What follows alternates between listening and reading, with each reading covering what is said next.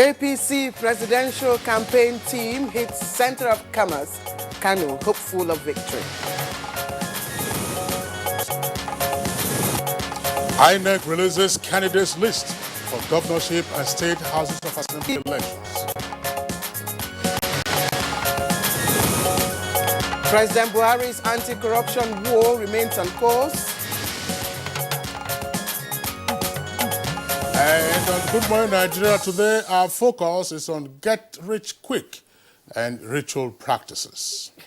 Indeed, Kingsley, I really don't know how to start it. But from the north to south, east to west of Nigeria, the newspapers, media outlets are inundated with cases of missing persons, ritual killings, kidnappings, abductions, and of course, most recently, the disappearance of, this is ridiculous, ladies' underwear, Kingsley. Ridiculous, but damn serious, Claire. And the incidents that you've just indicated, the regular fare in media reports these days. Often, it turns out that a number of persons who have been kidnapped for ritual purposes are hardly ever found alive. On the other hand, persons, of course, who have been kidnapped and used for rituals, whenever their bodies are discovered, there are several parts that are missing, and this will include the eyes and several other organs which have been harvested by the kidnappers and ritualists. Indeed, Kingsley, the get-rich-quick syndrome seems to be in the upsurge. And it is very worrisome that many Nigerians have turned themselves into bloodthirsty, I don't want to say it, but indeed, vampires. Well, of course, that's precisely what they are. And we saw what happened in Ikorodu until they were busted sometime last year, the so-called Badu boys. Who were going around in some remote parts of Ikorodu and getting their victims and smashing their heads, before proceeding to do whatever they needed to do with the bodies of the victims. Now, there are all kinds of theories surrounding the upsurge in kidnapping for rituals, as well as, of course, the other related activities that are going on. Some say it's because of the elections, and that some politicians believe that fetish practices could enable them to their opponents and thereby swing the votes for their own victory. All right, now people would say, Kingsley, is it a myth? Well, I have no clue. I mean, it's worrisome. I mean, it's, as you just said, the latest, the newest in town, is you find all kinds of persons who are busy collecting the ladies' intimate wear from the lines where they are spread. Precisely, yes. Precisely. Very, very terrible development. So how true is this allegation? We'll find out today. And of course, that's not all. What about religious leaders or prophets turned ritualists? And there have been so many of them. They are said to use or bury human parts in their places of worship to attract larger, well, we don't know, these are the allegations, attract larger congregation or even obtain power, to perform so-called miracles. Well, that's right. I mean, of course, human sacrifice was an ancient practice, but with the evolution of humanity, as well as an improvement, in rights jurisprudence, a number of societies have outlawed ritual killing, and so on and so forth. But there are still persons who are rooted in such ancient practices, such as we are discussing today. And we are certain that if you take a look at newspapers, radio and television on a regular basis, and the social media, there was a report of the young man, I'm not sure where exactly now, I mean somewhere in the south side, who opted to use his mother, for ritual purposes, the so-called Yahoo Plus. And of course, Nemesis caught up with him according to a report. And the one that used his little niece or cousin, I don't know, that's also right. From the south. Absolutely. A 200-level university student. The young man ran mad. That's the report. And you also recall the case of the student at the Delta State University in Abuja who was looking for accommodation. And of course, unfortunately, she got lured by the security guard and others. And I mean, she was kidnapped and her organs harvested while she was still alive. Such cruelty, of course, is part of what we are seeing in Nigeria today. Some say, of course, we say those who are in search of political power, presumably, and of course the so-called Yahoo boys or those who believe that they can earn more money by using human parts for whatever jazz they think will be efficacious. Indeed, Kingsley, you just said it, of course, not to forget the one you just mentioned, the young man who allegedly ran mad after using his father, for money-making ritual. Anyway, mind-boggling attacks on ladies for their underwears. We would also like to find out why and what this is all about.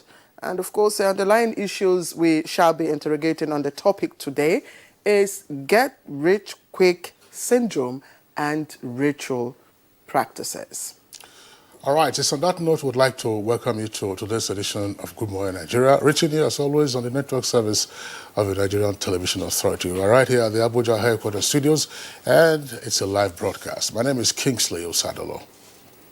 And I'm Claire Adelabu Abdul Razak. Thank you for joining us also. And don't forget to be part of the complementary aspects of this program. We will be looking at the newspaper review, of course, what news is trending today. We'll also bring you business. And then if we do have time, we'll foray into the sports world as well as arts and entertainment and looking at also development on the foreign scene. But right now, Comfort Omodu is in our new studio, getting ready to, of course, give us the latest information this morning. Comfort, good to have you here with us.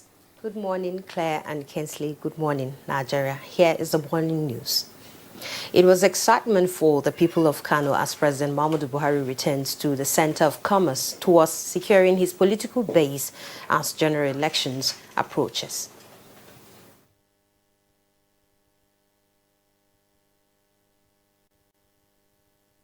God will choose leaders and representatives that will move this country forward.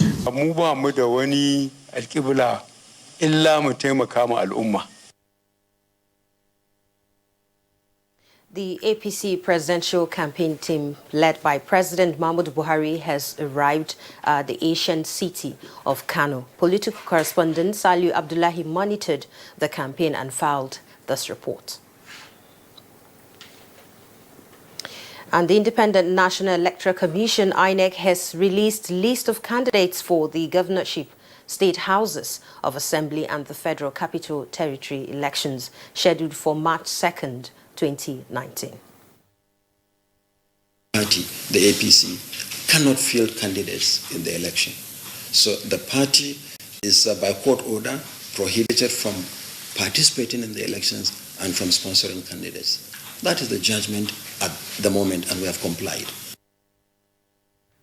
The Federal Road Safety Corps has been charged with the responsibility of ensuring safety of the roads and election duty vehicles during the 2019 general elections. The charge was given by the Chairman, Independent National Electoral Commission, Professor Mahmoud Yakubu, during the 2019 strategy session holding at the FRSC headquarters, Abuja. Inspection of the vehicles. Do we have the right vehicles? Sometimes, as part of the MOU, will ask for a particular type of vehicle, and something else will be brought on election day.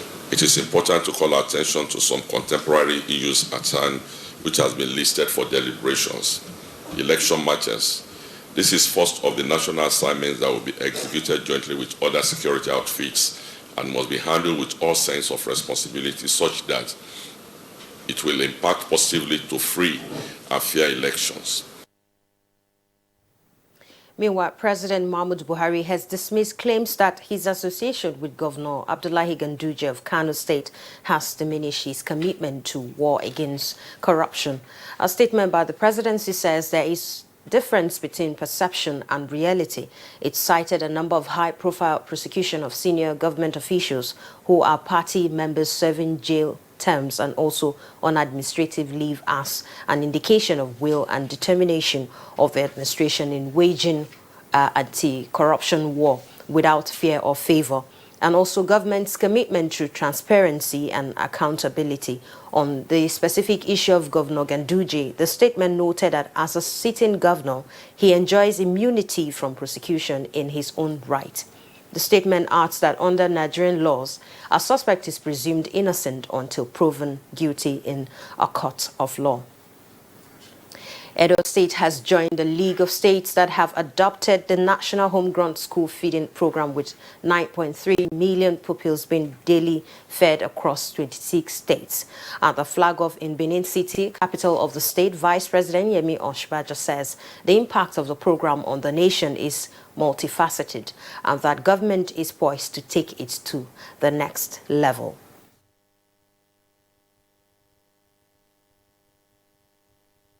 It means that almost every week we kill 594 cows, 138,000 chickens, and 6.8 million eggs, 83 metric tons of fish every single week, every week. So everybody who is involved in the program, there is a major benefit for the country. The revolution that Edo Best has brought about in our basic education system is going to transform the future. The acting Inspector General of Police, Mohammed Adamu, says the force is determined to ensure optimal professionalism to guarantee the delivery of a peaceful, secure and credible general election in line with global practices. The acting Inspector General of Police stated this at a meeting with the squadron commanders of the Mobile Force Police unit in charge of operations at the force headquarters. He reiterated the force's determination to demonstrate zero tolerance to political thuggery and illegal bearing of firearms under any guise before, during and after the general elections. In line with this mandate and in relation to the election security plans, the mobile police force will be deployed to provide robust protection for local and international election observers, INEC officials, and sensitive electoral materials, as well as critical national infrastructures. The acting Inspector General of Police also advised all political actors and the electorate to place national security above personal interests and always stay within the ambit of the law. That's the news for now. Good Morning Nigeria continues with Claire and Kensley after this break. Unemployment, notably youth unemployment, features strongly in our party's manifesto. We intend to attack the problem promptly through revival of agriculture.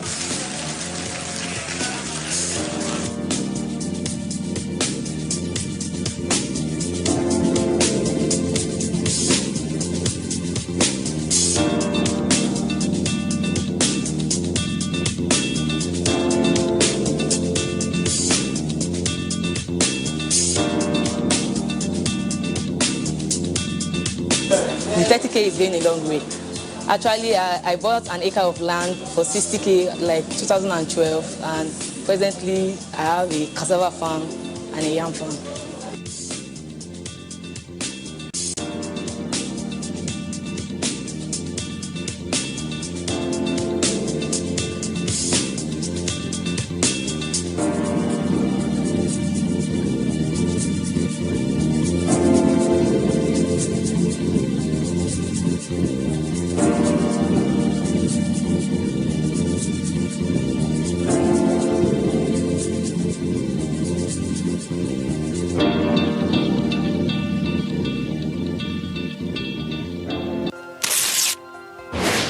Bamidele Alabi Adegbite, Oba Oshao, concerning the construction of Jeba Eyen Quarry Road, which was abandoned for so many years that the road was not passable before. Almost 5 hours before getting to Jeba from Shao here, when the road was not constructed.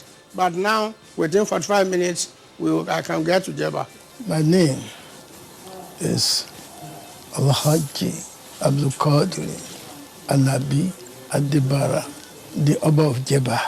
We people living here, we have to thank federal government for job down to repair the road, which made it easier for us to travel from Jeba to Ilorin and back.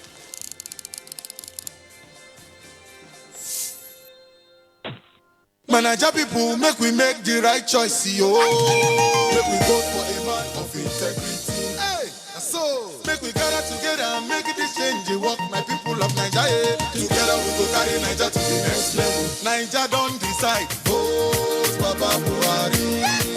Baba Buhari, the man of integrity. Hey, vote Baba Buhari. Man, we no corrupt, we no go chop our money. Hey, agriculture to the next level. Fight corruption to the next level. Good roads to the next level. Electricity to the next level. Railway the next level. Empower the next level. Pay that money. For good health we go. Oh, Baba Buhari. My people, eh. For the next level. ABC next level. Naija people, make we all come out to vote Baba Buhari. This message is from Buhari Next Level Group. All right, you're welcome back, and now it's time for us to take some business news. With Nigeria's economy being projected to increase its growth trajectory in 2019, as Minister of Budget and National Planning Udo Udoma expresses optimism that recovery will be maintained on account of the implementation of the Economic and Growth Recovery Plan. Let's join our correspondent Joy Uzo for details of the stories. It's good to have you join us on Business News. The attention of indigenous business owners is being drawn to advantages on the internet, especially with regards to accurate data on their services. Oil and gas experts encourage that the latest service data of these companies should be uploaded on the internet as part of efforts to showcase their services to the world. This was in Abuja at an event to support small-scale indigenous oil and gas companies to grow. They decried a situation where out of 8,000 registered companies in this category in Nigeria, only 2,500 were active on the internet. However, they are optimistic that with steps taken by the federal government to make use of visibility on the internet as part of selection of benefiting companies as well as reforms in various sectors, the narrative will change. The ultimate objective is to see these budding entrepreneurs grow to become bigger and more significant industry players. After the process, 60 companies were identified to benefit from the initiative as a first step. The present administration is aggressively pursuing reforms that will remove barriers to the participation of new, small, and big players, particularly through its policy on the ease of doing business in Nigeria, which is an integral part of its Economic Recovery and Growth Plan, ERGP. Still on the oil sector, oil prices rose for a third day on Thursday, pushed up by lower imports into the United States amid OPEC efforts to tighten the market, as well as Venezuela's struggles to uphold its crude exports after Washington imposed sanctions on the nation. U.S. West Texas Intermediate crude futures were at $54.47 per barrel, up 24 cents or 0.4% from their last settlement. International Brent crude oil futures were up 36 cents or 0.6% at $62.01 per barrel. Next is a quick check on how the equities market fared on the last trading day of January.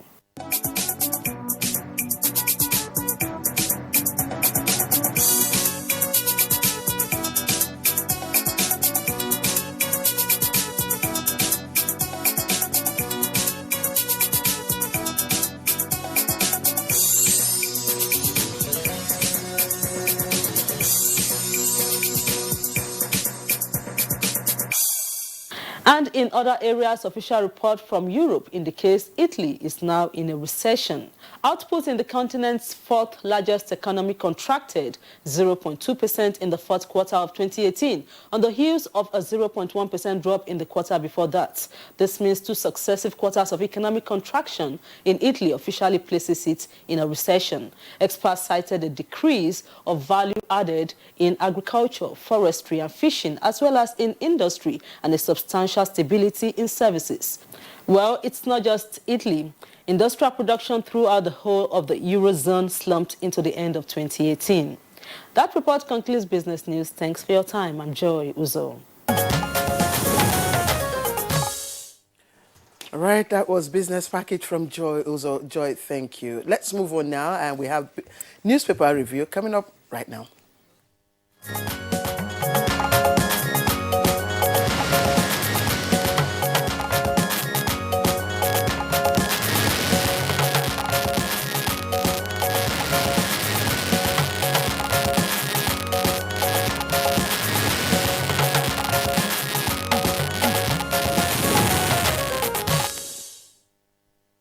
Right, our newspaper reviewer, Bayo Atoyebe, is with us on the studios. As always, Bayo, good morning and welcome. Thank you, Councillor. Good morning. Good morning, Claire. Good morning, Nigeria. Good to have you with us. Thank you.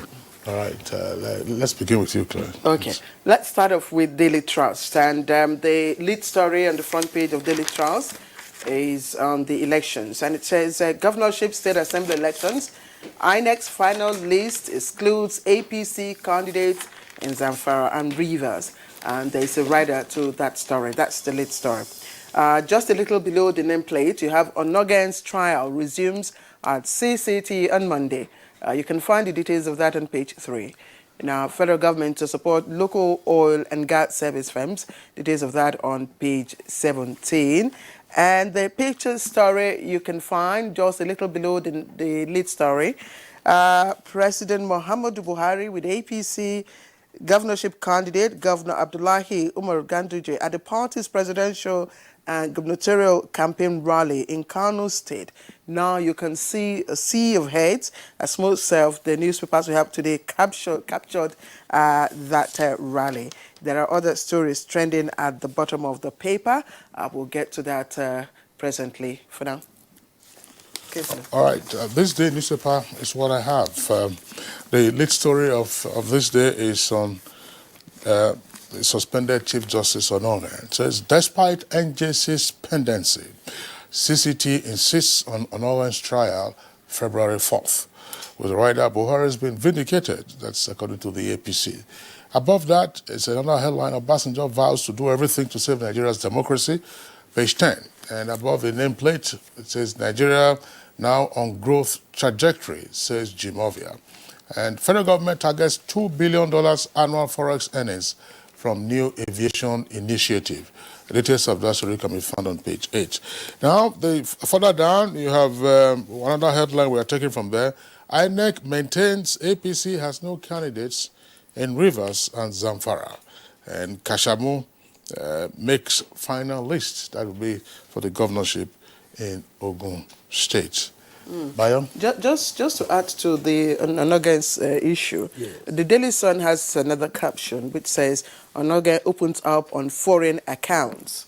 But it also has another rider, just so you can also take it up. Okay, right. Well, let's start with the publication of the list by Independent National Electoral Commission. It is for the governorship, State House of Assembly, and the FCT elections meant for March 2nd.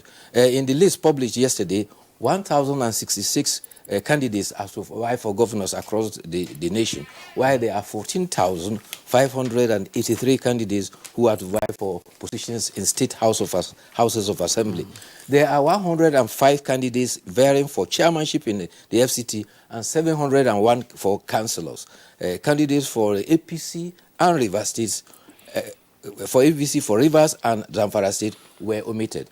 The INEC National Commissioner and Chairman for Information and Voter Education, Festus Okoye, has clarified the argument. He says, following the conflicting judgment on Zamfara court, all APC candidates, INEC has maintained its original position. That is to say, the APC in Zamfara did not conduct primaries as required by Section 87 of the Electoral Act. Therefore, that is why the candidates are omitted. He said, for Rivers State, INEC is upholding the ruling of the Federal High Court, Port Harcourt, which nullified the direct and indirect primaries of the All Progressive Congress has not been in accordance with the law. However, the All Progressive Congress has said that it will leave no stone unturned to ensure that it fields candidates in the election for Zamfara and Rivers State.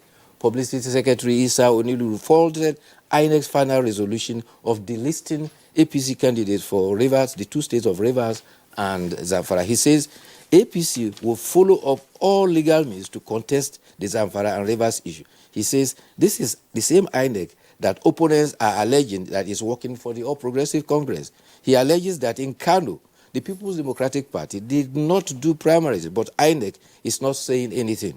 Issa Oniru says APC will explore the constitutional option, that of electoral college, that of direct election, and the consensus that is open to its contestants. Already, the party has filed an appeal at the Sokoto Court of Appeal.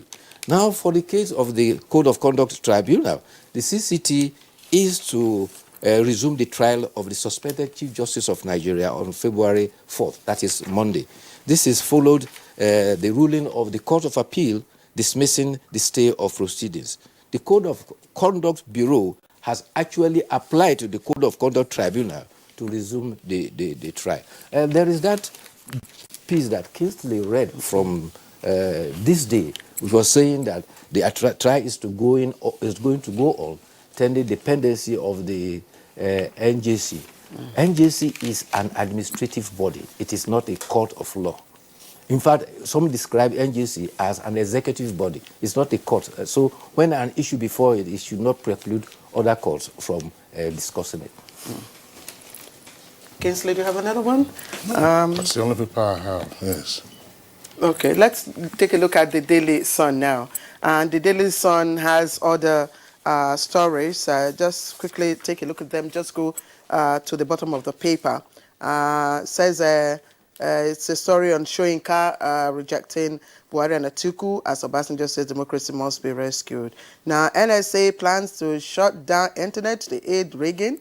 That's Wike alleges. It's on page 41. And Borno engages 500 hunters to fight Boko Haram. Those are the stories from the front page. Kingsley, any other story from you? No, I said it's only one paper I have. The other one I have is an editorial. Okay. That's it, yes. Then maybe we'll look at the editorial. Then. Yeah, Bayo, if you're ready to take the editorial. I know you were trying to clarify an issue with regard to the lead story of this day. It says, despite NJC's pendency, CCT insists on Onoren's trial February 4th. As you said, yes, the NJC is an administrative body, but you know already that at least 3 principal actors in, shall we say, the Onoren case have been asked to respond to the petitions against them that are before the NJC. That includes the chairman of the CCT himself, suspended Chief Justice Onoren, and the acting Chief Justice, Ibrahim Tanko Mohammed, of course, for a number of reasons according to the particulars of the petition. It's not a criminal trial that they're undergoing. So, it's an administrative inquiry. Yes, administrative, you know, pursuant to it's taking whatever decisions it will take. So the trial, of course, will proceed. And once the trial is proceeding, there will be all kinds of legal fireworks. So we'll see how that proceeds. Now, what the Court of Appeal ruled on had to do with the application for a stay of proceedings. For a stay of proceedings. One of the issues that the court, that this Code of Conduct Tribunal will have to deal with, will also have to be the issue of jurisdiction.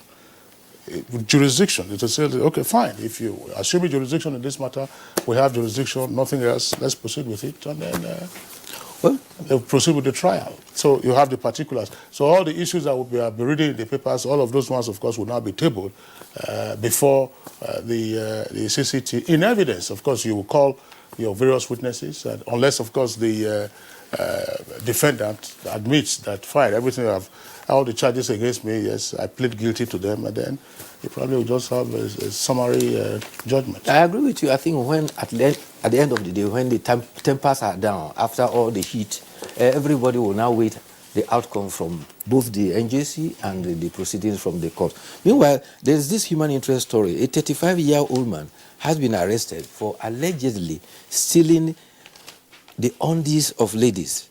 The underwears were found in his bag. 2 were said to belong to his brother's wife, while 3 belonged to his sister. He was arrested along with another alleged to be an accomplice. He was said to be a pastor. When the brother's wife discovered her missing underwears, he reported to the police, and the police arrested the suspected brother-in-law. The police public relations officer in Ondo has confirmed that the 5 stolen pounds were discovered from the gentleman, and he is now to be charged to court after investigations. Just in line with what you have just read, Bayo, another human angle story. And this time it's on the page 5 of Daily Sun. Man stabs mother to death in Nasarawa, and the police says that there's been no, they've confirmed the incident, but said that they are yet to find out why, the young man, stabbed his mother. And still on that same page, 2 pastors on the run for sodomy, minor infected with HIV. And that's, of course, in Lekki area of Lagos State. Now, this story is coming from the police. But another one still on that page 11 of that paragraph is on a resurrected Ethiopian man who finally dies. Let me read out a bit of that. It says, an Ethiopian man who woke up in his coffin during his burial 2 months ago has died. Now, the story continues. And the man said he was suffocating, he was unable to speak out. And then when he finally called, is there anybody around us from his coffin? He said he had visions where he was unconscious and in a beautiful place. The villagers, of course, ran away when he, woke up. Yes, and then the undertaker, who is also his uncle, said he had buried more than 50 or 60 bodies and never seen anything like that. But of course, this story, according to the BBC, said the same undertaker buried the same man for the second time a day after he died. Maybe he went into a coma. Precisely. And came out of that coma, and then eventually he reached the full stop, and so he had to be buried. Meanwhile, there is another strange find here. The officers of the National Drug Law Enforcement Agency were combing and searching for drugs. Guess what they found? They found a man with 244 permanent voters cards. This happened in Akwa Ibom. The resident electoral commissioner has confirmed that he has been handed over to him, and the man was to be handed over to the police for investigation. Okay, Bayo, let's take our editorial this morning, and it's from the New Telegraph newspaper at page 15. Preventing violence during and after polls. Yes, the editorial is basing its opinion on recent pronouncement. First, pronounced by the Honorable Minister of Information and Culture that government has noted the mobilization of bandits and terrorists to cause mayhem, particularly before or probably during the elections. And the minister identified 8 possible states. Also, the National Security Advisor summoned a meeting of governors and also briefed them about intelligence indicating a similar trend. Also, the Minister of Interior, Lieutenant General Abraham Dambazo, has also said that individuals are plotting to stage violence. And so the editorial is saying these are weighty allegations and should not be just dismissed as just flying the kite. And it's also challenging the intelligence and security agencies to do all they can to identify those who are involved and nip them in the bud. Furthermore, it advises the minority party, particularly, for dismissing all those allegations as a ploy to arrest its members. It says that particularly the People's Democratic Party and the All Progressive Congress have resorted to blaming one another, and they are hitting up the policy by creating an atmosphere of fear. And he says that they all must be told that their challenge for patriotism requires that this is an election. If there are genuine contestants, they should come open and contest openly, free and fair. The challenge all the time is that you hear about rigging, INEC is rigging, police is rigging. Nobody talks about the politicians who always engage the riggers. That's right, and that's why it's very important that our attention is being drawn one more time to this blight on our electioneering process. Well, we'll see how it goes. The elections are just 2 weeks away. 2 weeks away. Yeah, today is the first, and today is the 1st of February, and the first round of elections will take place on the 16th. 15 days away. Yes, that's right. Bayo Tobi, thank you for being around. Thank you. I hope you enjoy your weekend. Break a leg. Yes. All right. It's still Good Morning Nigeria. We'll take a short break now. When we return, we, of course, will be dealing with a story that is of interest to all. That's the get-rich-quick syndrome and ritual practices. Hate speech is not a joke. It incites genocide and crimes against humanity. Most of Africa's civil wars are caused by hate speech from one tribe against another. We don't want it here. The Nigerian government stands firm against hate speech. Under no conditions whatsoever should we tolerate or excuse or justify hate speech or hateful conduct of any kind, especially where such is illegal. There's no doubt that the resurgent push for separatism, as well as the rising cases of ethnic and religious disharmony, are all traceable to the growing phenomenon of hate speech. One nation bound in freedom, peace and unity. Nigeria, one nation, one people. This is a public service announcement brought to you by NTA.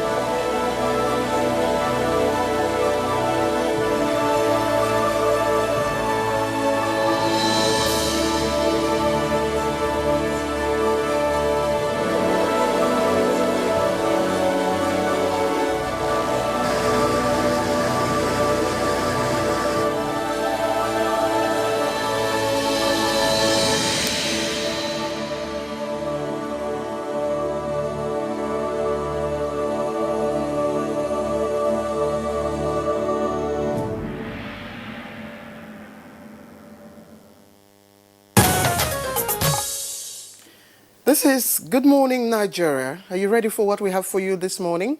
Get rich quick syndrome and ritual practices. First, let's hear what Nigerians have got to say on this topic. And our correspondent, Victor Azo, will take us there.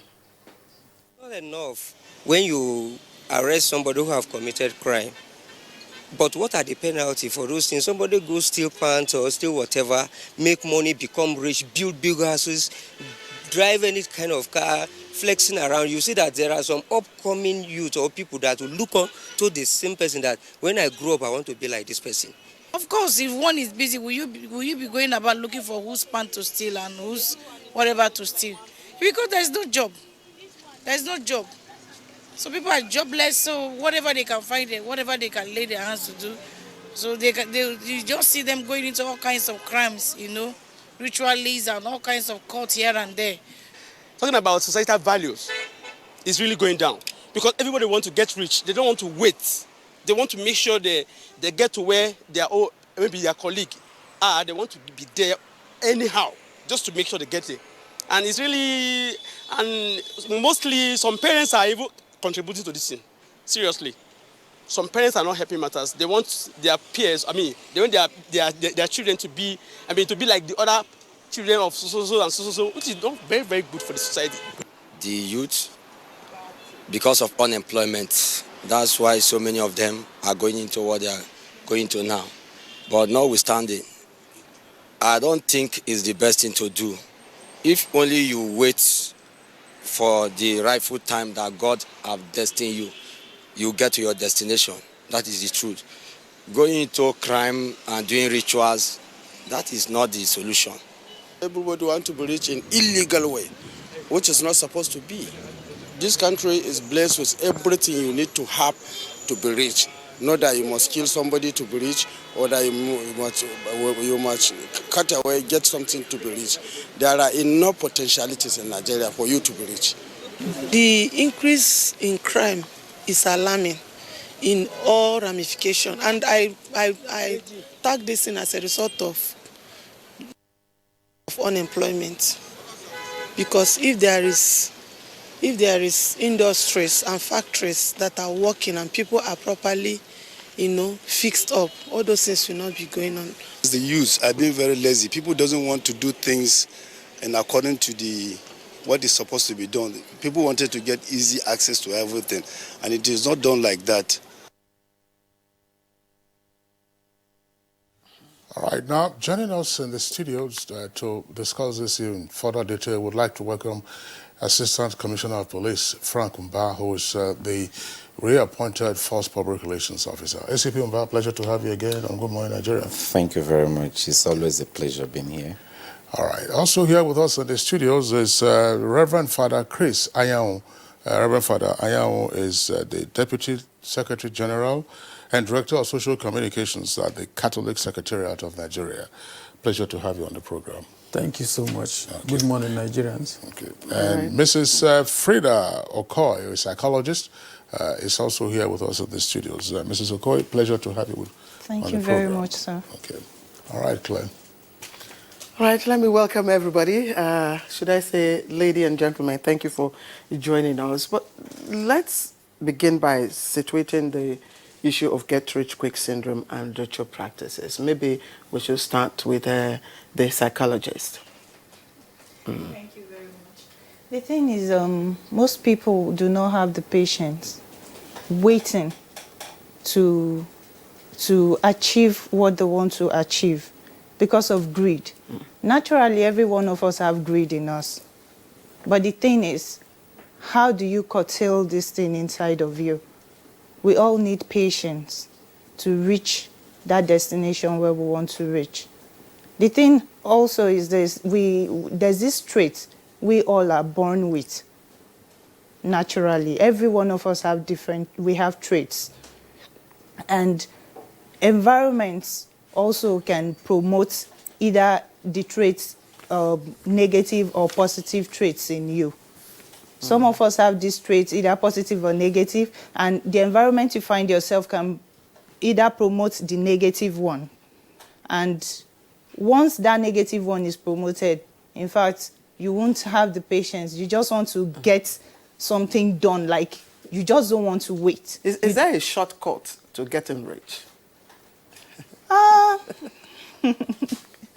Shortcut. Of course, if you want to say shortcut to getting rich, you have to get your hands dirty. You have to get your hands dirty. It means you want to commit crime. You want to kill someone. You want to go into ritual for you to be able to make quick money. Okay, so there's no shortcut. There's no shortcut. Well, you were talking about traits that we all have. I'm sure you were referring to the acquisitive tendency, the tendency to acquire. I mean, if right from being a toddler, you see that manifesting, of course, which then gets escalated when greed sets in. Is that what you're referring to? Yes. Okay, I think we'll return to you, but again, to get into the context of what we are discussing, we have all kinds of reports, the social media, the traditional media, with regard to the wide manifestations of various forms of practices, which point to rituals, usually again for purposes of either economic or political power. In Lagos, where ACP Frank Mba was, for a while you had the menace of the Badu boys. From time to time, there are all kinds of ritualist dens that are exposed. And then much more lately now, we have seen scavengers for ladies' intimate apparel. But what are the numbers that we are seeing here? How widespread is this? And what is it that the police records show? Oh, well, first of all, let me say something. We are indeed in a trying time.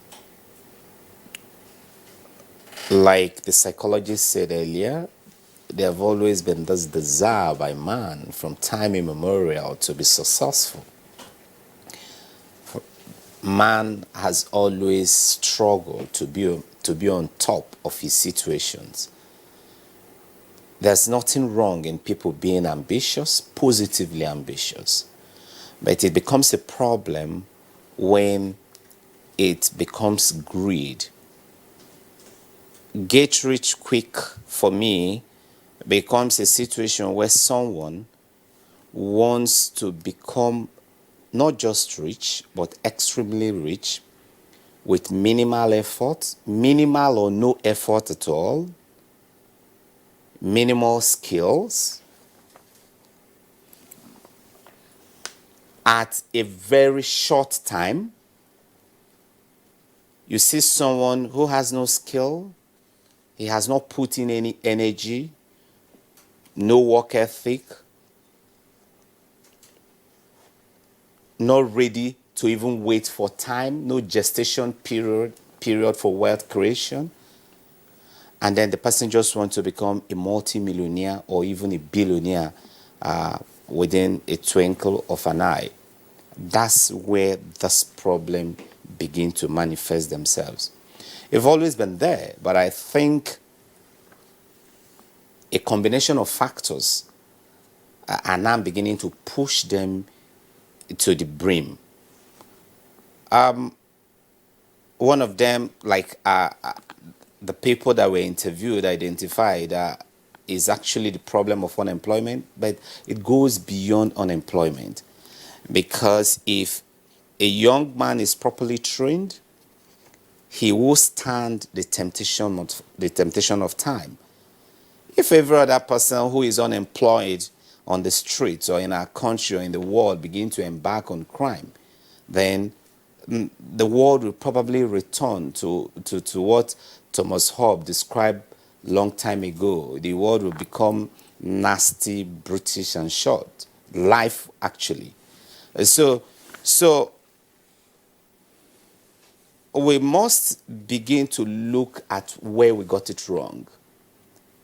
Are there things that our parents or we as parents and guardians ought to do that we're not doing?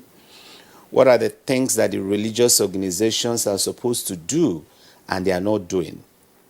What kind of preachings are we seeing? The prosperity evangelists out there, how are they pushing out their message? Moving away from the salvation message to the impacting of morals and beginning to talk. You watch some TV programs, some evangelists or some preachers, day in, day out, week in, week out, from month to month, everything they teach is how to make money.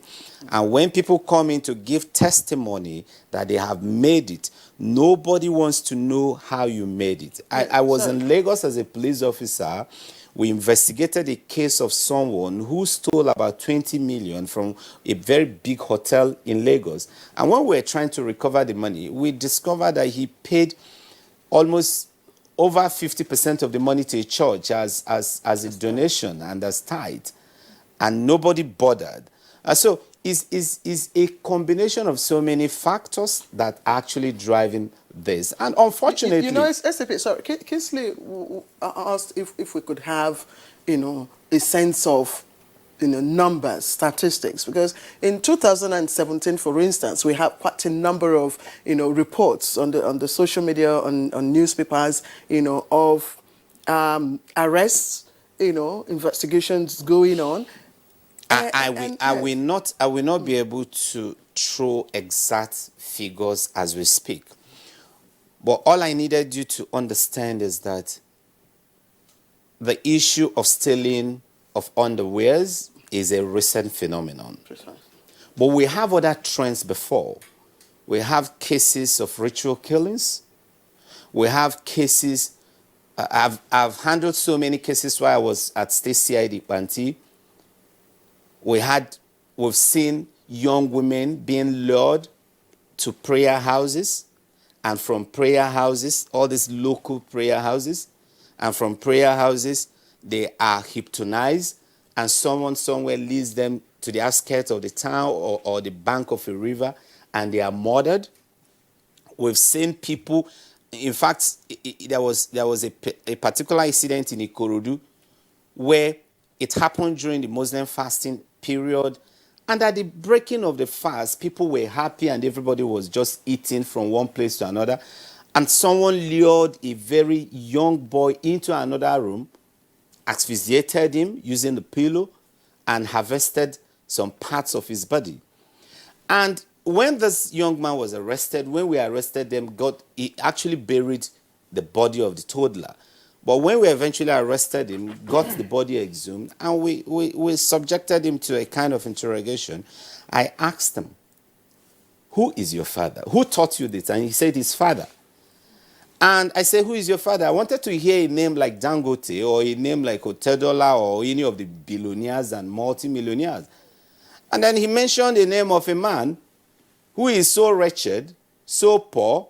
It was as at that point in time we visited him, he actually had stroke, and he was in one local place where he was being treated. So you begin to wonder, why will you do a thing that never worked for your father and you think is going to work for you? Some of us actually don't even believe that people make money through these ways. I don't believe it. But unfortunately, even the Nigerian home videos have also projected some of this so strongly. And these are some of the things we need to begin to look at. We need to look at the messages we are putting across. We need to, even when we tell stories of folklores, we need to look at the kind of stories we are pushing out to our the younger generation, because sometimes they take these stories hook, line, and sinker and begin to run with them and actually think that if I do these things that was shown on Hollywood, not knowing that these are make-believe stories, that they indeed will work for them. And incidentally, again, for us as police officers and for us as law enforcement officers, we don't investigate rituals. We don't investigate fetish things, because look at who we are, law enforcement officers. We don't enforce divinity. We don't deal with morals per se, except when there's a convergence between morality and law. We don't deal with fetishness. Anything that is not empirically verifiable, we cannot and will not go into that. And again, there is these whole things are tied together. No, cultism, ritual killing, and fetish practices. You would not investigate fetish practices. Well, of course, there are aspects of the criminal code that relate to that. But would you like to add a proviso to what you just said? Provided that there is no grievous bodily injury to a human being, or otherwise. No. Yes. If somebody should steal, let's say, underwears, for example, and we get him arrested, of course he has committed a crime. You can look at the whole laws and begin to situate it properly. You can charge him for stealing.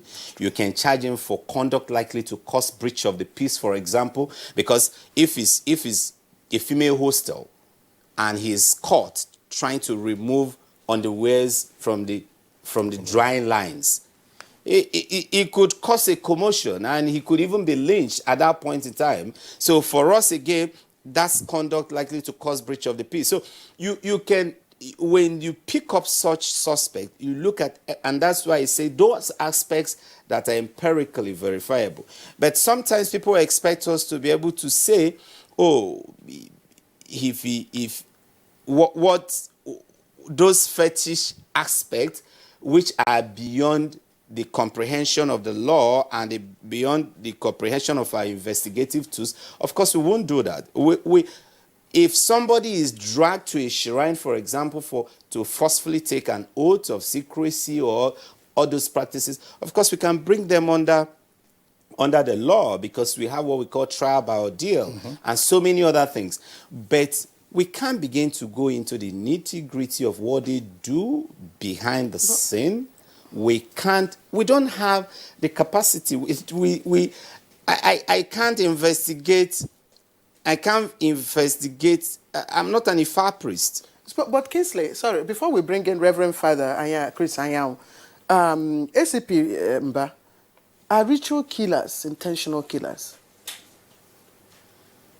Of course, if somebody ritually or commits murder in the course of his or her ritual practices, that's a straight criminal offense. Okay. You can investigate that. You just establish the fact that what are the motives. I mean, there is a convergence of the act and the intention to kill. He has killed, and he killed for an unlawful purpose, and he's not authorized to kill. He will be brought before the law. He will be charged for murder. Clearly, straightforward.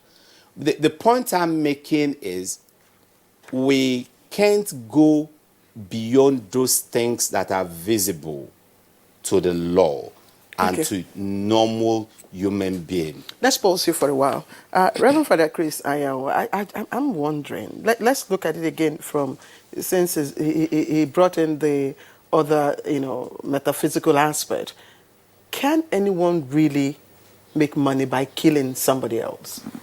First and foremost, I want to share the sentiment of the officer. Talking about the ritual thing,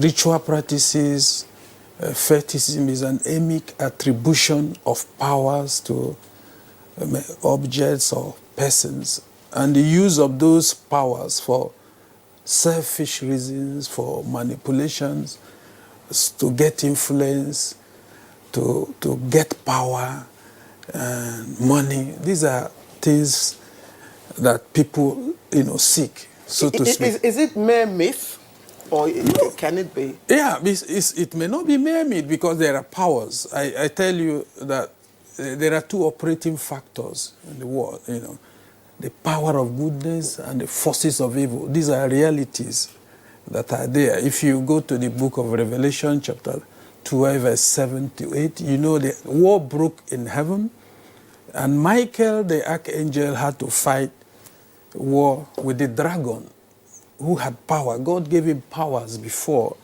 but he wanted to become like God, so he was brought down to heaven.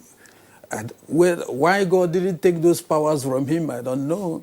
But the point is that he's using those powers, and he has angels, so to speak, those who are submissive to him. And they are using these powers for evil purposes, for rituals, and they have people. And so, but there is the other power of goodness. For those of us who are Christians, who believe in truth, who believe in love, those powers, those who submit themselves to God himself, use their own good powers for good purposes. But, darkness and light can have nothing in common. But those of us who stay in the light will overcome at the end of the day. And so there is that struggle. There is that struggle. Who should overcome? But at the end of the day, goodness will overcome evil. But it's patience. We have to work hard. And men of goodness should come together to fight the forces of evil. But they can't give up. That is the point here. Well, that's part of what the Holy Book also refers to as a battle against forces, powers, and principalities, the so-called elementals. But look, in terms of the mind of the people, my question is going to Frida Okoye now. What does an apparent epidemic of fetish practices, of stories, frequent stories, rituals and ritual killings due to the mind of the individual. And now we have seen scavengers again of ladies' apparel. Well, first I would say some of these ritualists, they even enjoy killing. They have less empathy for people. So they enjoy killing. They enjoy it. When they kill, that part of them is satisfied, that appetite. Some of them just want to kill. That was why initially I told you that some of these people have negative inherent traits in them. And so when they have the opportunity to do those things that will satisfy their appetites, like the negative things they do, they are happy doing it. They are happy doing it. Some of them also, they are suffering from mental illness. It's just that in Nigeria, we do not really recognize psychologists. If not, some of these people on the streets that kill, they are suffering from mental illness. And some of them have their conscience is underdeveloped.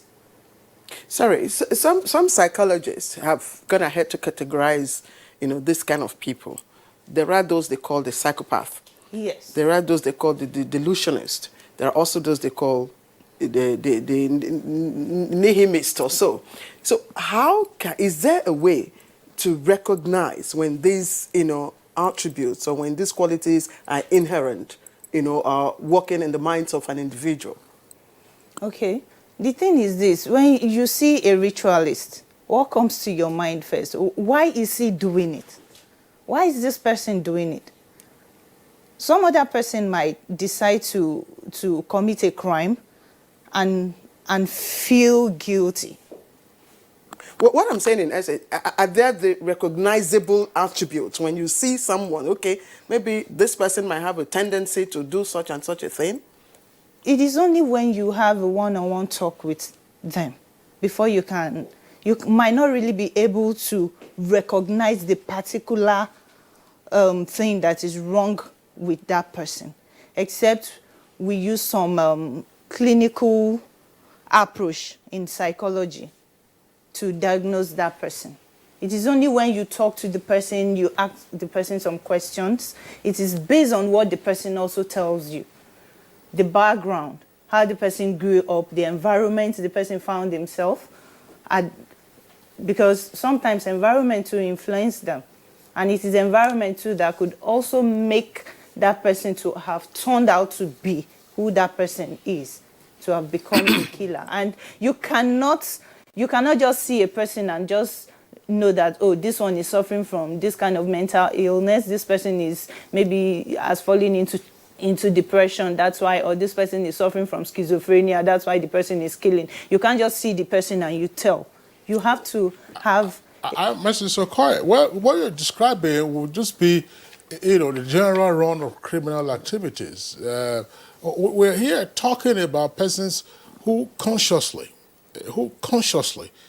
proceed with the intention of committing crimes and then, of course, get into ritual practices for an end. In this case, to get rich quick, usually for their clients. Now, Reverend Father Chris Ayong, let's just try to sketch something here so that we can have an understanding.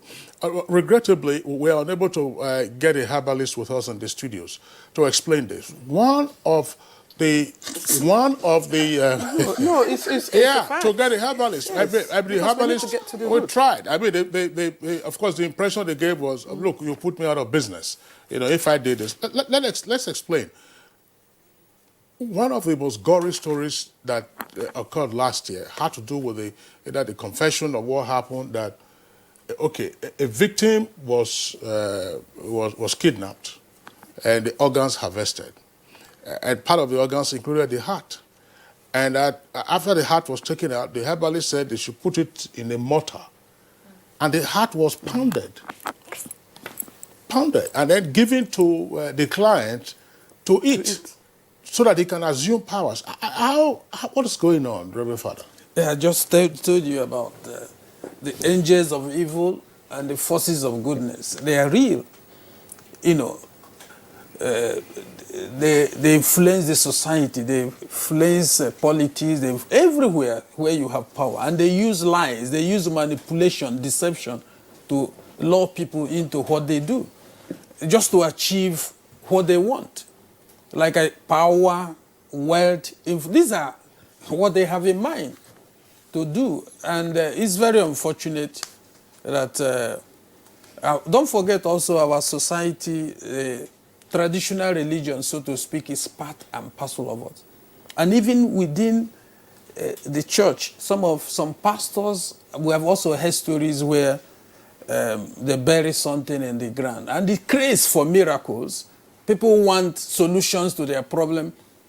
And of course, you know also that our health system is also failing, that people would want to crave for what they want by all means and get miracle, get what they want, instant results. Like the psychology says, lack of patience for all this. But the issue is that there are people who are protecting themselves, who are just to put the agenda of evil in the society to cause mayhem, to cause harm. It's real.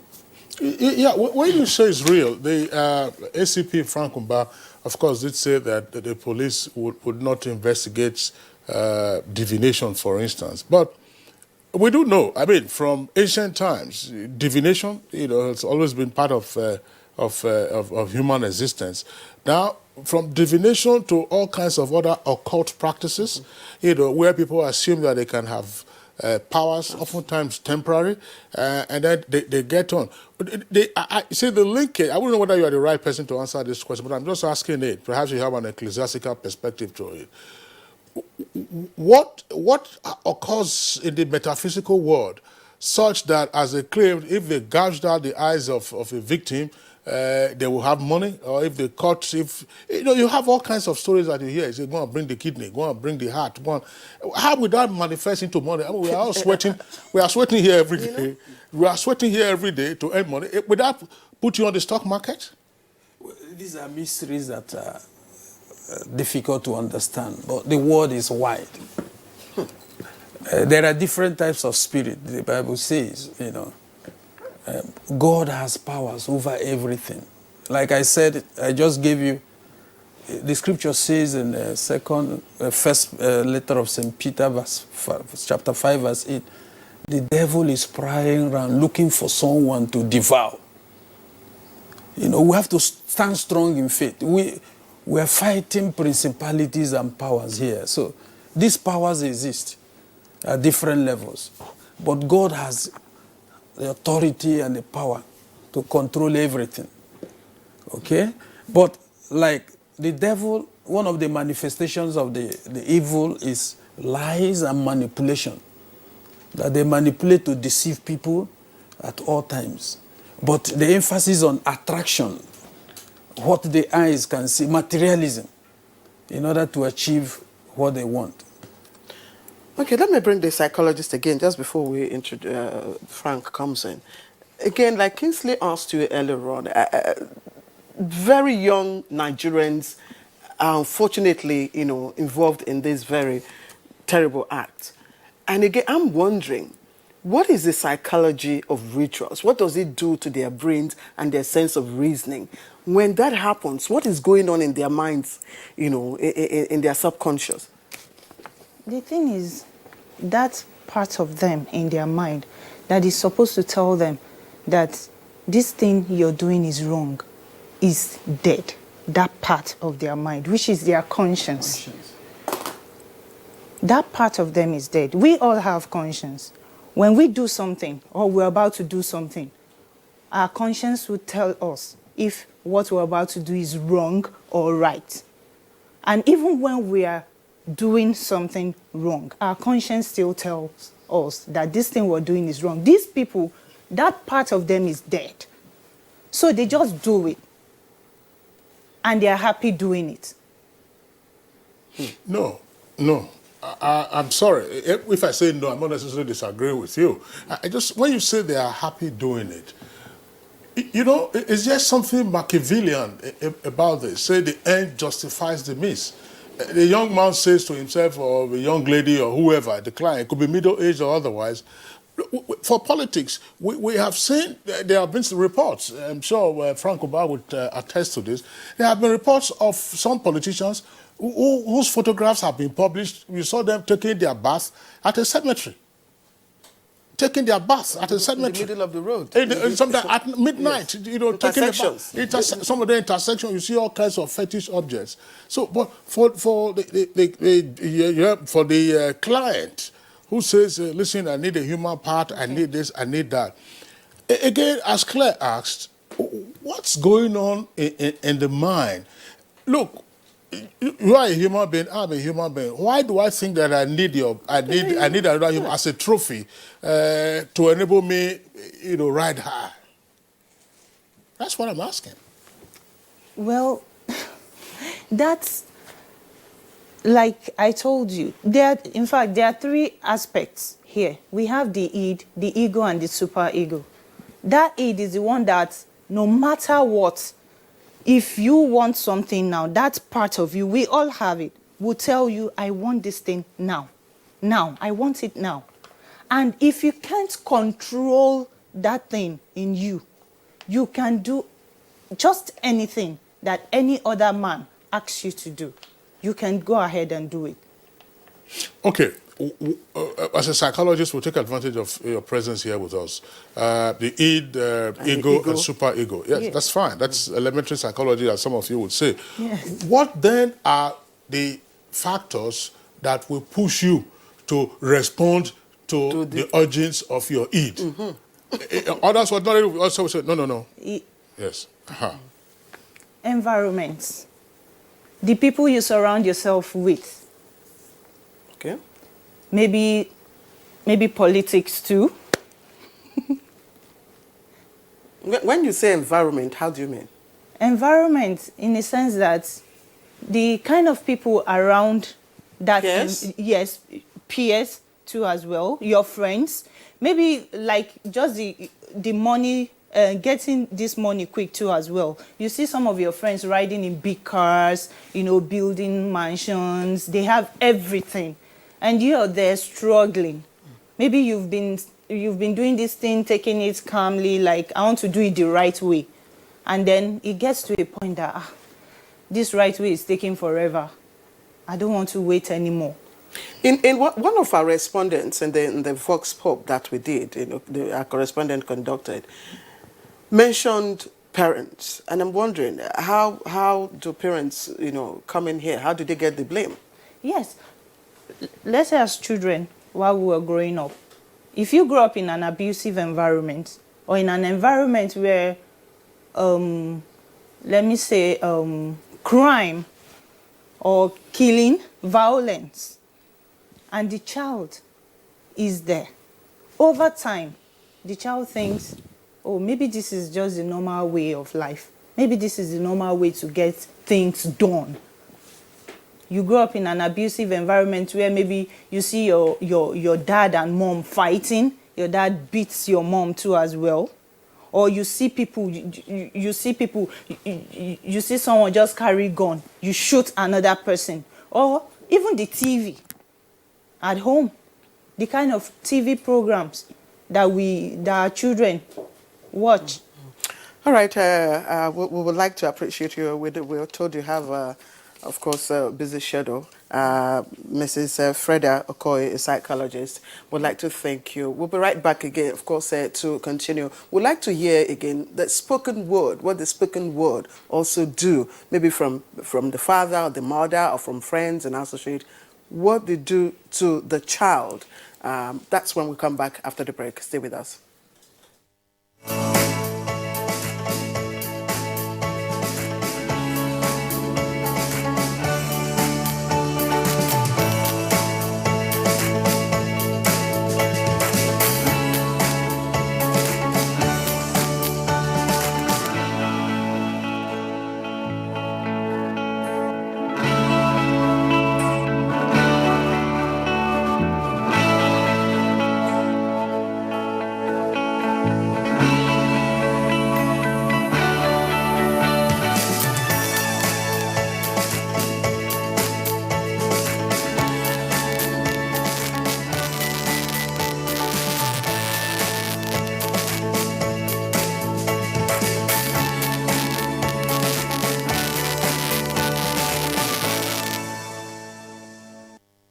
NTA College regrets to announce the postponement of 2 short courses, Camera Operation Techniques and Photojournalism Photography, earlier scheduled for 4th February to 1st March 2019 and 4th to 29th March 2019, respectively. A new date will be communicated to the public as soon as the general elections are over. All inconveniences caused by this postponement are regretted. Please, for further inquiries, please contact us on 0803 314-4383 or 0806-980-9807. TV College Jos, training you to be the best you want to be. All right, you're welcome back, and it's still Good Morning Nigeria. We are being joined now by another guest. It's Dr. Musa Olaofe. Is the chief imam of the Ansaruddin Mosque in Wuse here in Abuja. Dr. Olaofe, pleasure to have you on the program. Okay, we're sure that you've had the benefit of listening to the comments by our other guests while you were waiting to be called in to join this conversation. Of course, our focus is on ritualists, ritual murders, and the get-rich-quick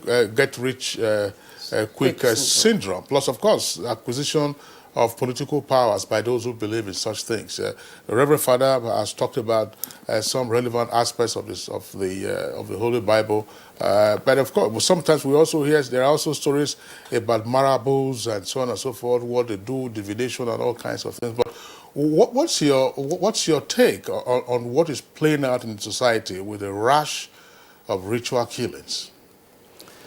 Well, if we go back to the Holy Quran, that is where I'll start from.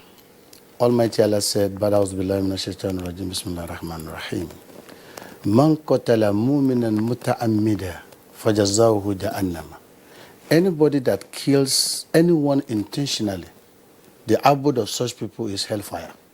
So from the point of view, you will realize that God does not even give room for anybody to kill anyone, because He created all of us for a purpose. And you cannot say because you want quick money, you want to get rich, you want to use what others are using, you want to be known in the society, you want people to see that luxury life so that they can hail you and appreciate you, and at the end of the day, you are nothing. Because we are getting what you don't work for, you are benefiting from what you don't even labor for. Some people are trying to get themselves settled. You work for so many years, travel from one place to another. Even people travel from abroad back to Nigeria to come and do something, then you kill them. What do you want to achieve in all of these things? Because as far as religious, what I know, even our own daily life, what we understand is that live the way you should live and wait for the time God has appointed for you to return back to Him. There is no need for you to kill anybody. Even involving in rituals and some other things, at the end of the day, if all the ritualists have the power to remain forever, they should have done it. But it's more or less, let me just find something to eat and let others eat. Then with that, you introduce people into business that can never last. You introduce people into business that can never appreciate you, even including your family. Even including the incoming generation from your own family, they can never praise you. Because they say, you are married from that place. Do you know the history of their forefathers? Do you know the history of their great-grandfathers? From that, you have already destroyed yourself.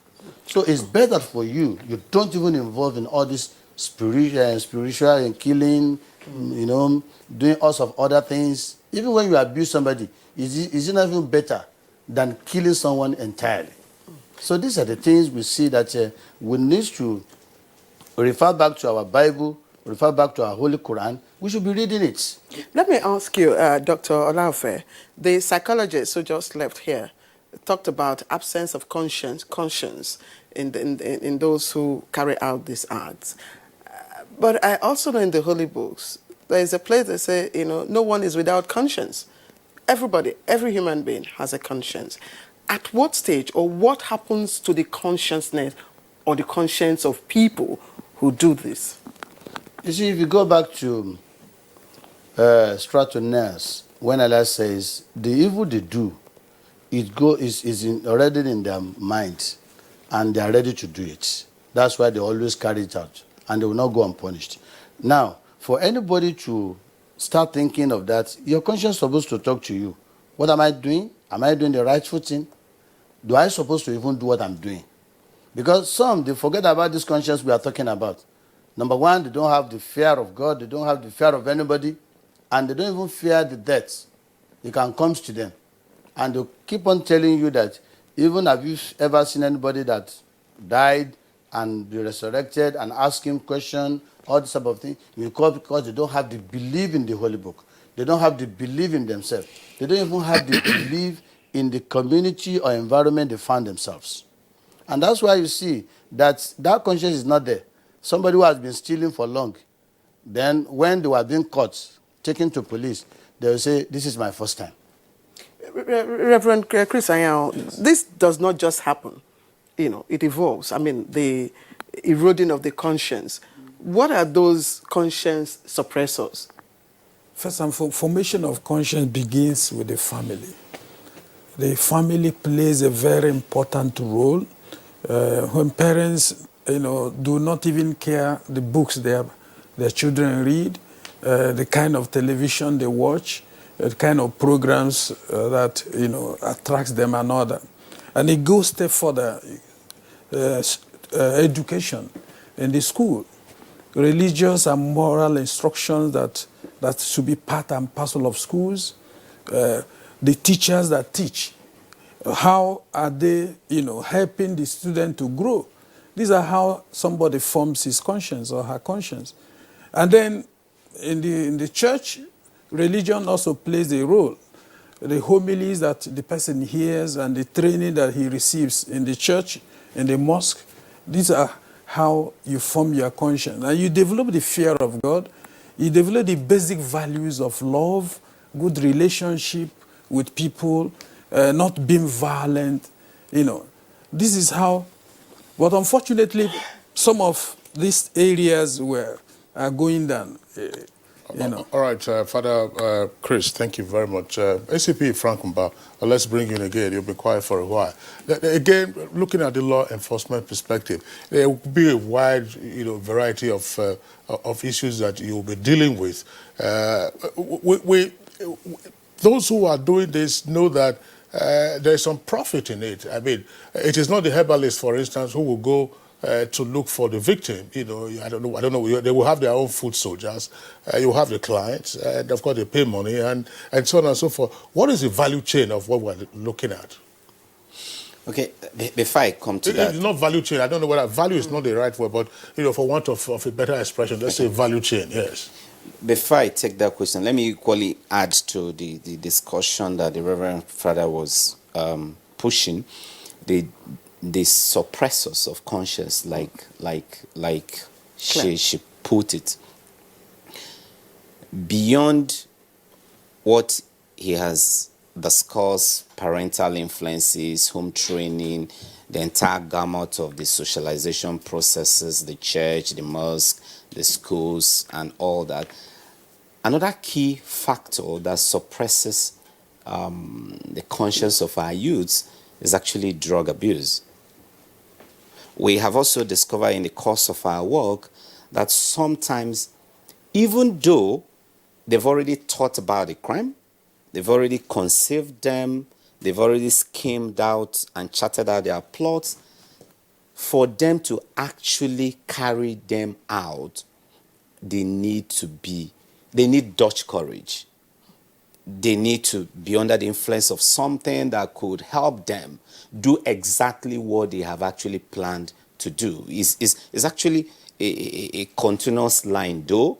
So they take drugs, they take alcohol, mix them with all kind of things. So whether it's codeine, whether it's tramadol, whether it's a bit of marijuana and all kinds of drugs. So when they are in that state, they can shoot, they can stab, they can carry out whatever they want to do. Sometimes when you get them arrested and they are in sober mode, you see them beginning to express regrets. Of course, there are those, because they have carried out these crimes a very long time, you won't see any form of regret. Hardened. They've already become hardened. They become part and parcel of them. They become bloodthirsty. These are different sets of people. These sets of people actually don't need any external factor.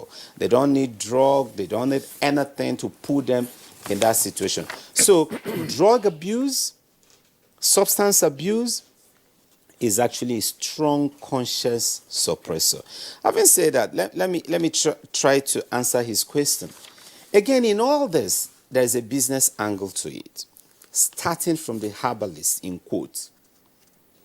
And I try not to use the word herbalist also, because there are indeed very genuine herbalists out there who are not given to fetish things. They've been trained. They know the leaves to get. You got ulcer, you got any kind of problem. They just go into the forest and get these natural leaves, natural roots, and tell you how to use them. They are like our local pharmacists, so to say. But for these other native people, the babalawos, a lot of them know that even what they are doing lacks any form of potency. They know, because we've dealt with them, we've arrested them.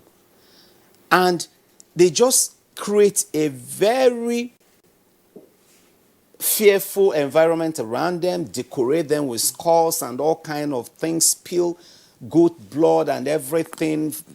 And then you call me, you begin to panic. Together with their incantation. Of course. Because we have gone to some of those shrines and pulled them down. And nothing happened to and you. nothing happened to any of us. Bring them together, set them ablaze, arrest the so-called native doctor, charge him to court, get him thrown into the prison, and nothing, absolutely. If he has that kind of power, he will bring down thunder on us while we are trying to pull down his shrine. But what do? They hypnotize these young men and women. And when you look at them, they are poor. They are struggling to earn a living. That's the Babalawo himself. I'm talking of the Babalawo himself. That's right. He has sons and daughters that he's trying to see through the schools, through universities. So he's extorting money from people, and that's the beginning of the business angle. So they know ab initio that they are just on a frolic of deception, but yet they push it through very strongly, because that's their stock, that's their trade, that's their business, and they would do it as professionally, in quote, as they can, as you will do your journalism job. We've also had cause to interact with some of those babalawos, and they tell us, my son, you know, when I was telling this young woman to go and bring heart, I never knew she would be able to do it. To get it. Okay. I have collected so much money, and I needed to discharge this young man. So I say, go and get me a human kidney or a human part. I thought he would run away. I never knew he was going to do it.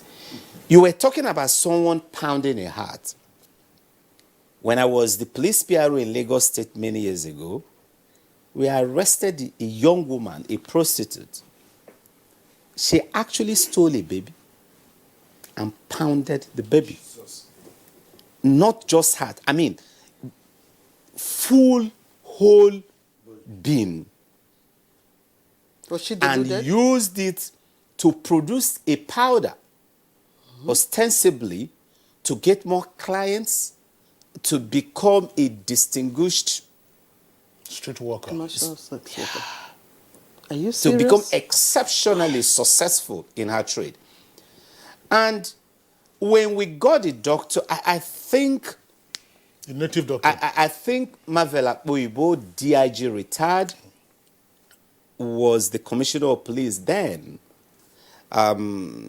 He was CPA as he then was.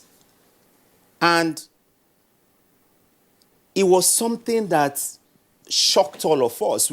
Sometimes as a police officer, you've been on the field for decades, you thought you've seen it all, and there are some crimes that you see. At the end of the day, you go back, you get to your house, you get to your home, you can't eat well.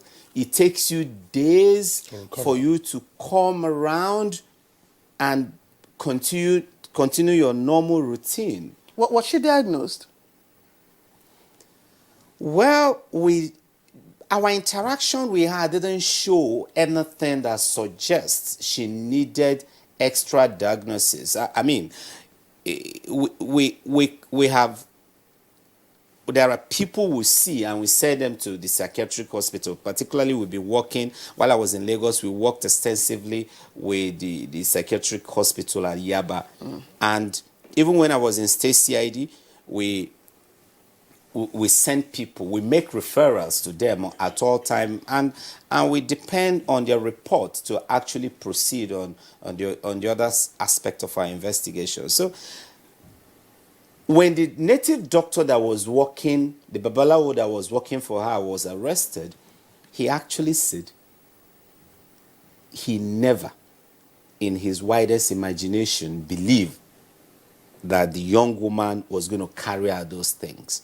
That this is something he has told so many people in the past, and after he had collected lots of money from them, once he tells them that, they pull out and they never come back. So that's fraud. So, and that's what I'm talking about, the business angle. Yeah, so manipulation. Yes, manipulation, deception, fraud. You know, gentleman Kingsley, I'm wondering, why is it that the repercussions, from those that have been apprehended and what happens to them eventually, and by the way, whatever they get, it's usually short-lived, and their end is usually very grave. If they ever get it at all. Yeah. So my question is, why is it that the repercussion is not able to dissuade others from, also engaging in such vices? I think, again, we also need to look at the narratives we are putting out there. We just need to change the narrative and send this message strongly that this thing doesn't work.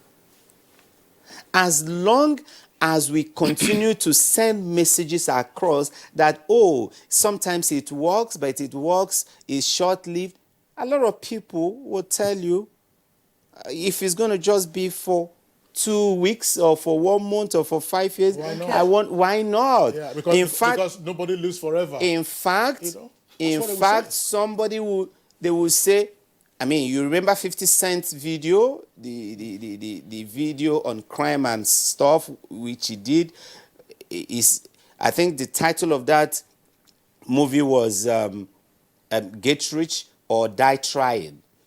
And so they will say, rather for me to be poor, I would rather get rich or even die trying to become rich rather than live a life of abject poverty. But such movies, such narratives help to actually send wrong messages and put our youth on the wrong path. Is it possible, therefore, Claire, I'm just saying, again, we don't, all of these ones are just matters arising now, for the National Broadcasting Commission to pay closer attention to the kinds of movies that are shown with regard to some of these fetish messages, what is doable, what is not achievable, X, Y, Z, considering the apparent linkages. I'm sure perhaps more studies will be required, to get the linkages right. But let's bring in again Dr. Olaofe, the Chief Imam of the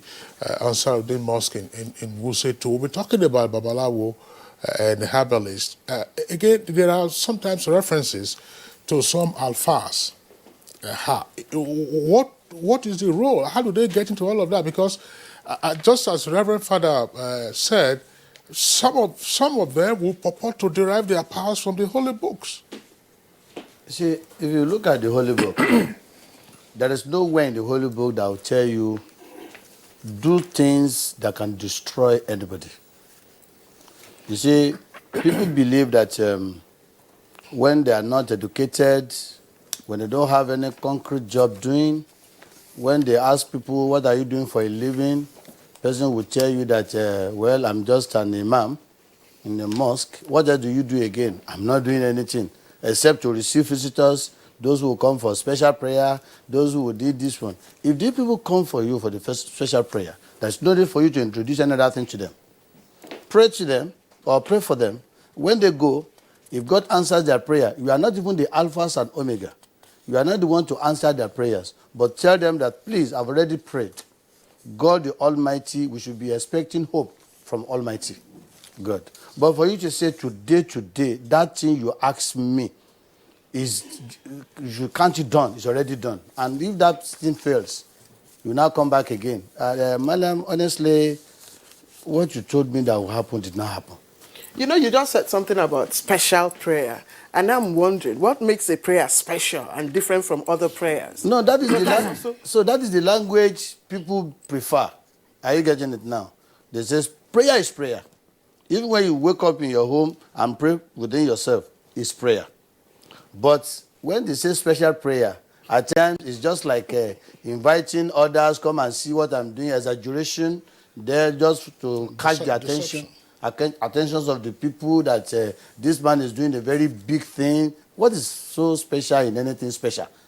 Prayer is already special because when you talk to God, you are talking to him specially within yourself. But by the time, even those prophets of Allah, Zachariah, Ibrahim, they did not invite anybody to come and see what I'm doing. So they always say, God, you know me. You know what I need. Do it for me. And it ends there. All right. Okay, thank you very much. Of course, again, we have a number of reactions that our viewers have sent in. Number of tweets, we'll go through them now and return to our guests. Mutana Farouk tweet says, fetish practices for quick cash are mostly perpetrated by the youth whose mindset are engrossed with laxity and levity. This is the luxurious lifestyle of some Nigerians, especially those who tamper with the national treasury. The luxurious lifestyle has wrongly paved the way for moral disarmament. All right, Mike, I quote tweets. The desire to make money by all means among some Nigerians is very worrisome and very unfortunate. Appropriately, these individuals engage in all types of indecent acts to achieve their means, wicked and inhuman objectives. They kill, they believe in charms and fetish small God gods. Yeah, that's right. You know, these charms that they talk about, I've been since I'm sure, ACP Frank Umba, you see them regularly. All those boys who go on operation. By the time they are gone down, normally you strip them, you will see all kinds of small calabash and then hanging around, tortoise or whatever, cowrie shares and so on. So those things don't work. That's what it means. If they work, go and stand in front of an AK-47 and then see what happens to you. Now, Festus Akimboyewa has this tweet. It says the upsurge in savage crimes such as kidnapping, ritual killing, and harvesting of human organs for money is scary, as many innocent citizens have been killed through these heinous crimes. Even the dead, who are supposed to be resting in peace in their graves, are not spared. And Adekunle Olayemi tweets, the main reason is lack of moral values and poverty. Second, the society has turned upside down in the sense that no one recognizes those who have good names or virtues any longer. Instead, they praise rogues and hoodlums and make them feel better than those who have virtues so long as they have money. That line is also being pursued by Dele Jack Solomon, who has the next tweet. It says, the reason for the rise in the kind of crimes you are discussing in Nigeria today is that our society has made us understand that nobody will reckon with the poor.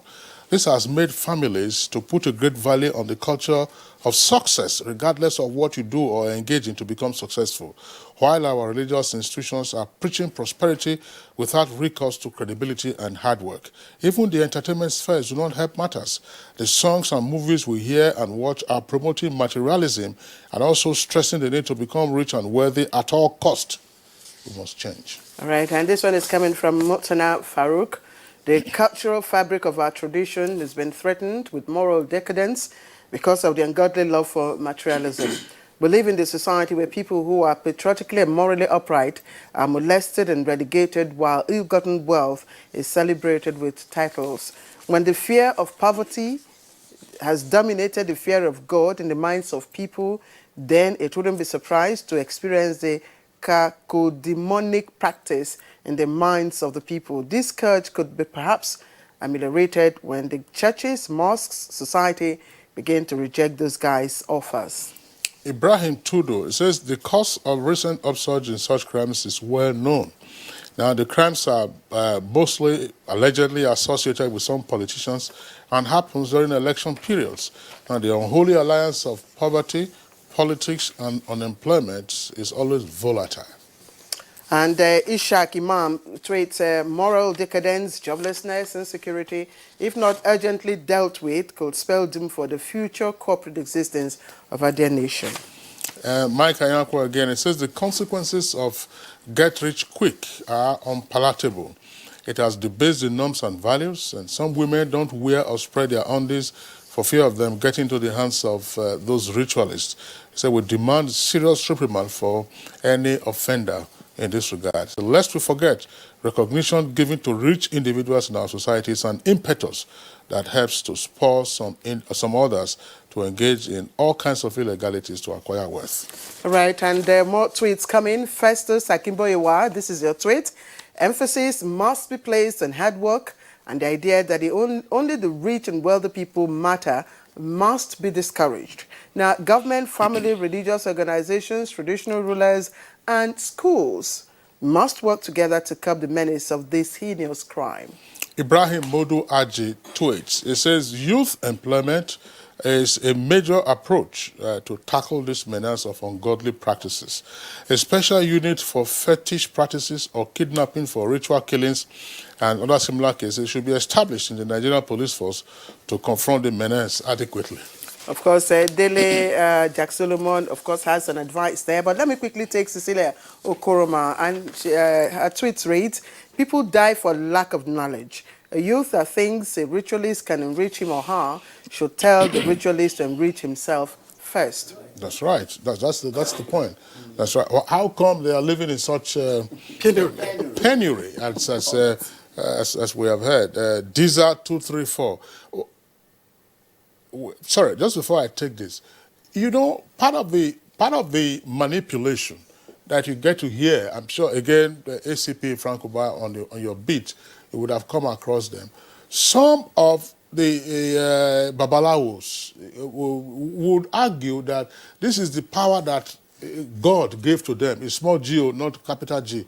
That it is not for them to be rich, it's for them to help other people. That's part of the manipulation that comes across. Yes, it's obviously part of it. Okay. But you ask them question, why did they still collect money from you? Why did they still charge for services? Yes. Why did they say, and these days they ask for real money? Some of them even ask these young boys to pay them in dollars. Yes. So I wonder when the small GOD started accepting dollars instead of cowries, and the small GODs now know euro and no pounds and no all kind of foreign currencies. And so you begin to wonder. But again, I like what the feedback. Yeah, that last two, that one from Cecilia. Let's continue. Diza 234, that's the handle. So we have problems in Nigeria. Corruption and Pentecostalism have destroyed morals and have been catalysts for the ritual killings, stealing of underwear, etc. that we now see. All right, Ibrahim Tudu, these are now suggestions of how we can, curb this. Ibrahim Tudu says, let us keep an eye on and monitor Yahoo boys, Babalawos, ritualists, wonder banks, and some places of worship. All the crimes have linkages to these areas or institutions. Joseph says, neither the government nor the parents question their words and how they get money, but rather celebrate them. The government should take this seriously. And this tweet case is quite coming from very funny. He said, Ike, monkey no fine. That's in bracket now. He says, time to focus attention on the witch doctors that aid and orchestrate these acts. Nabbing and prosecuting them will curb the menace. And Cecilia Koroma again says, our people lack knowledge and desperately need education. Our youths must be told that hard work pays and that hard work is life. And finally, this Claire, one, yes. Claire, there's not, let me say, hard work pays. And hard work is life. Very, very. That's very, nothing. That's, yes, you can't, that's just it. Hard work.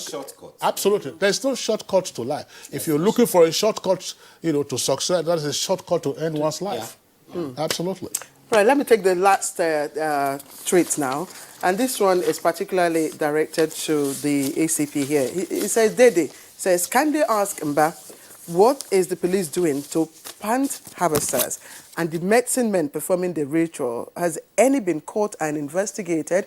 Actually, we want to begin to look at the plant harvesters. And I'm wondering, what is it in a female's intimate apparel that is not the attraction, for these boys? I don't know. But you'll come to answer your question, but let me start again with the, men of God. Reverend Father Chris Ayang. It's difficult to understand, but it still has to do with the manipulation and deception we're talking about. Even some of these diviners or Babalawas are repackaging in the sense that they are taking the church environment, because of maybe if they are lacking patronage, when they repackage, people will still come back to them. It also has to do with craze for miracles. People want quick answers to problems. It still boils down to the same deception we are talking about. That's right. So that's the point. I mean, if I said that's right, I'm just asking you to pursue the line of argument.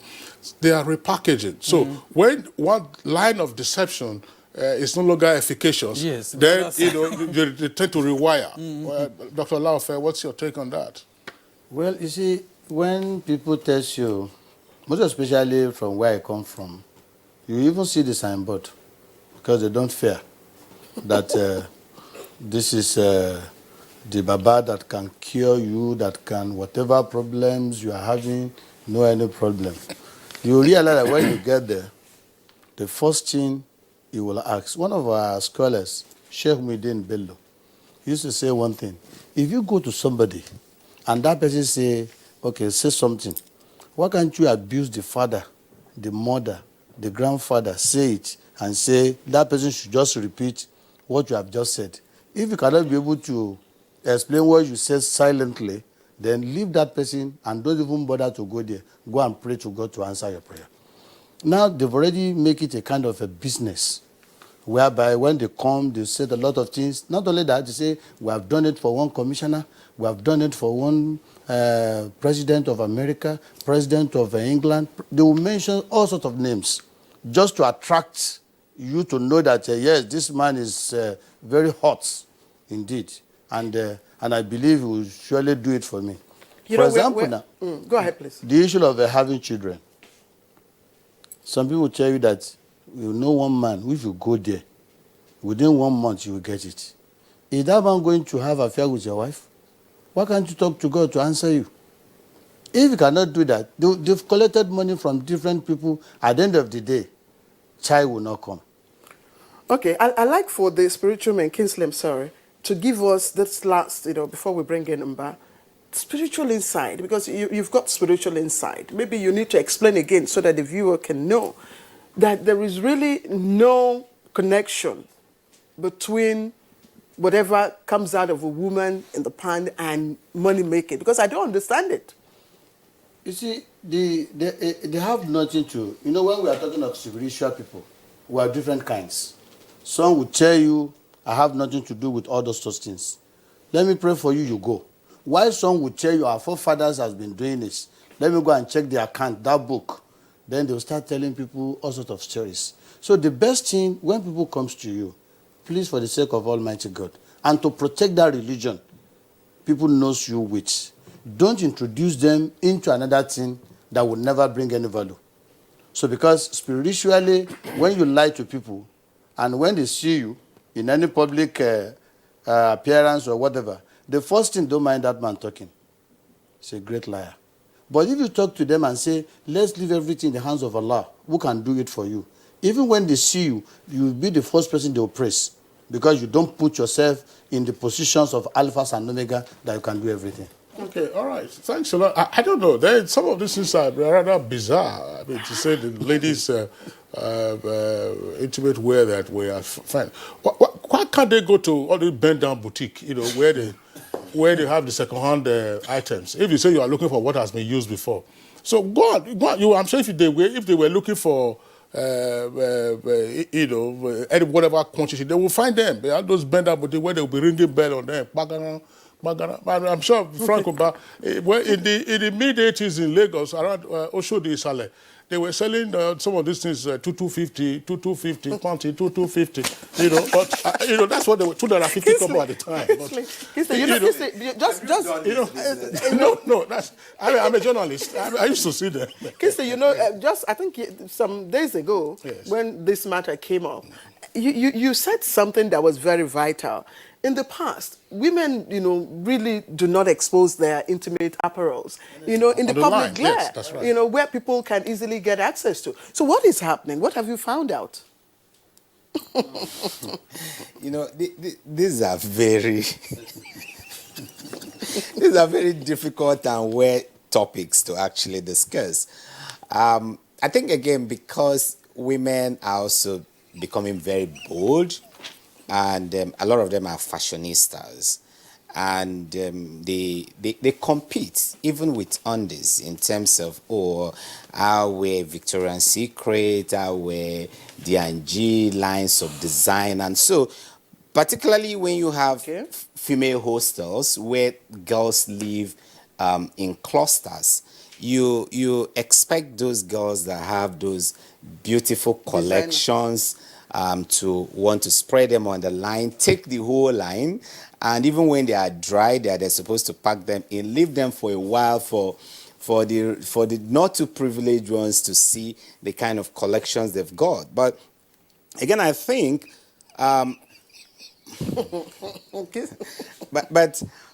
I still but he's making a point. Yes, but that's true. That's true, because they always want you to know that, to see what they've got.